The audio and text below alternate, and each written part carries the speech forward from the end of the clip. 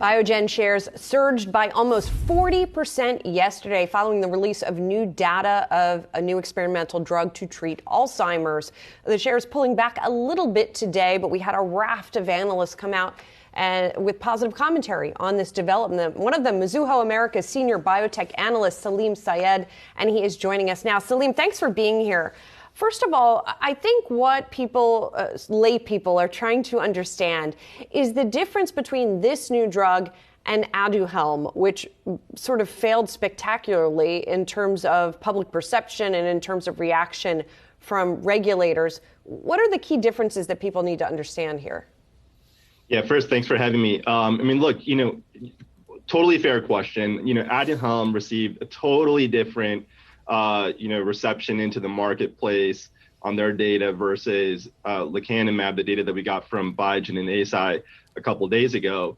But look, this is why we do clinical trials, right? In the case of Athome, they ran 2 phase 3 studies.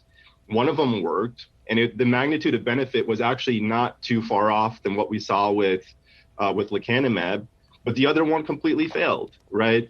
And when you have that sort of dynamic playing, it doesn't really give you confidence in the data. What we got with lecanemab a couple of days ago was a magnitude of a little bit more than what we saw with Athome, but the p-value, this is the statistical p-value. How much can you believe in the data?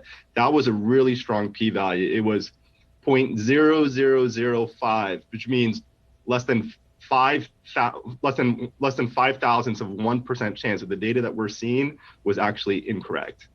Well, that is definitely encouraging. When we look at that kind of margin for error, it is very low. So what then are the implications in real terms for Biogen and its partners here in terms of how quickly this could get to market, how many patients this could be available to, et cetera?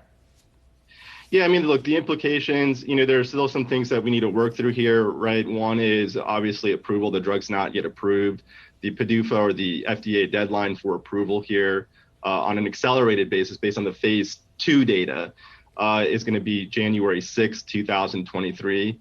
And obviously price is another question here that we're going to need to sort out. But in terms of what this means in terms of uptake, look, we're currently modeling about $8 billion in peak sales for this drug. This is the number that we're putting into the model that goes to both Eisai and Biogen and gets split. But we're currently putting about $8 billion. Now, what that means in terms of penetration into the market, we think Alzheimer's, in this particular case, the mild Alzheimer's population, is currently about a $60 billion TAM. Right, so it's a little bit more than 10% penetration into the market. Now we'll see if that number is actually correct or not, or if we should move it up or down. We're expecting other data from Eli Lilly in the middle of 23 and Roche in the 4th quarter of this year, which can change that. But that's where we are right now. So the numbers are large. Even if that total addressable market remains intact, which, let's be real about this. This is going to be able to impact potentially so many individuals, families' lives as well.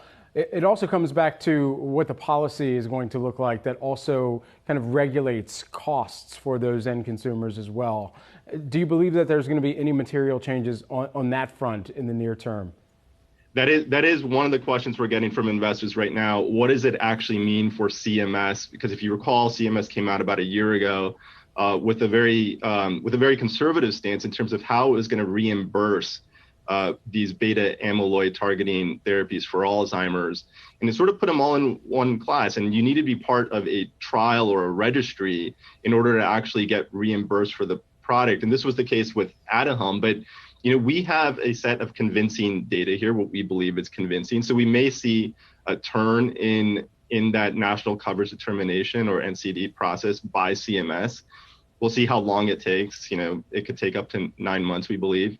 But if that's the case, reimbursement should be easier for this particular product. It'll still be up to doctors and patients on a risk-reward basis whether it makes sense to put their patient, or if you're your grandma or your mom or your dad, right, or grandfather, on this drug. We'll see. But reimbursement, it is one of the key questions right now that the market will have to sort through. But again, the data is convincing. The p-value or the statistical significance that the data we're seeing is real here looks good. So, there's a good shot here that this drug gets reimbursed. Are there competitors working on any similar drugs to what Biogen has made here?